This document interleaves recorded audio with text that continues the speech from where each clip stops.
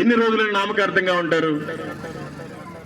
ఉంటే మనం పౌరుషంగా ఉండాలి, రోషంగా ఉండాలి. ఆయన రోషం కలిగిన దేవుడు, మనకు కూడా అదే రోషాన్ని ఇచ్చాడు. మన పేరుకి క్రైస్తవులాగా ఉంటున్నాం, చేసే అన్ని లోకాచారాలే, చేసే అన్యులు ఏం చేస్తారో అవే చేస్తున్నాం. మనం కూడా అమావాస్యలు చూస్తాం, పౌర్ణాలు చూస్తాం.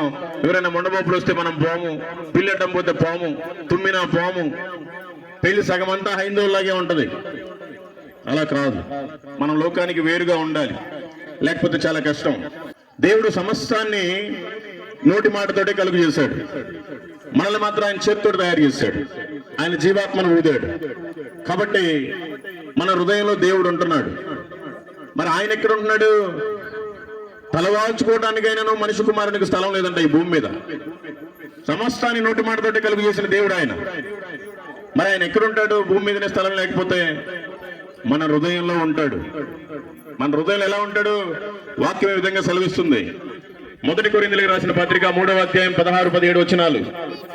మీరు దేవుని ఆలయమై ఉన్నారనియు దేవుని ఆత్మ మీలో నివసించుతున్నాడనియు మీరు ఎరుగరా? ఎవడైనానో దేవుని ఆలయమును పాడు చేసిన ఎడల దేవుడు వానిని పాడు చేయను. దేవుని ఆలయము పరిశుద్ధమై ఉన్నది, మీరు ఆ ఆలయమై ఉన్నారు. చాలా మంది హృదయాల్లో ఈ రోజున దేవుడు లేడు. నేను క్రైస్తవుని అని చెప్పుకుంటున్నారు, నేను క్రైస్తవురాలని చెప్పుకుంటున్నారు, అన్ని కార్యక్రమాలు చేస్తా ఉన్నారు, దేవుడిని మీరు దుఃఖ పెడుతున్నారు. కాబట్టి దేవుడు ఏమన్నా హెచ్చరించదలుచుకున్నాడేమో మీరు గ్రహించండి. దేవుడు మన హృదయంలోనే ఉన్నాడు. ఎప్పుడైతే అబద్ధాలు మాట్లాడతామో అప్పుడు దేవుడు బయటికి వెళ్ళిపోతాడు. ఎప్పుడైతే బూతులు మాట్లాడతామో అప్పుడు దేవుడు బయటికి వెళ్ళిపోతాడు. ఎప్పుడైతే పొగాకు నవ్వుతున్నామో వెళ్ళిపోతాడు. ఎప్పుడైతే బీడీ సిగరెట్లు తాగుతున్నామో వెళ్ళిపోతాడు. ఎప్పుడైతే మందు తాగుతున్నామో వెళ్ళిపోతాడు. ఎప్పుడైతే ఎవరి దగ్గరికి అయితే కొట్టడానికి తిట్టడానికి వెళ్తామో అప్పుడు వెళ్ళిపోతాడు. ఆయన వెళ్ళిపోతే నీకేం ఉపయోగం? ఆయన నిన్ను కోరుకొని హృదయంలో ఉంటున్నాడు. మరి నువ్వెందుకు ఆయన్ని దుఃఖ పెడుతున్నావు? అలా దుఃఖ పెట్టడం మంచిది కాదు. కాబట్టి మనమంతా తెలుసుకోవాలి. వాక్యం ఈ విధంగా సెలవిస్తుంది. ప్రకటన గ్రంథము 3వ అధ్యాయము 16వ వచనం.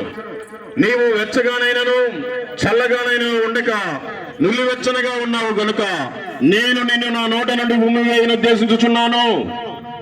నువ్వంటే అటు క్రైస్తవుడుగా లేవు, క్రైస్తవురాలుగా లేవు, ఇటు లోకస్తుల్లాగా లేరు. పేరుకేమో క్రైస్తవులని చెప్పుకుంటున్నారు, సిగ్గు లేకుండా బయట బ్రతికినట్టే బ్రతుకుతా ఉన్నారు. నేను ఇలాగే మాట్లాడతాను, ఏమనుకోబాక, నేను కూడా మీ అబ్బాయిని అనుకోండి. ఎన్ని రోజులు నామకార్థంగా ఉంటారు? దేవుని వాక్యం సెలవిస్తుంది. నువ్వు ఉంటావా? వెచ్చగా ఉండు. నువ్వు ఉంటావా? చల్లగానైనా ఉండు. నువ్వు అటు ఇటు కాకుండా నులివెచ్చగా ఉన్నావు. అందుకే నేను నా నోటి నుండి దేవుడు ఉమ్మేయటానికి సిద్ధంగా ఉన్నాడంట.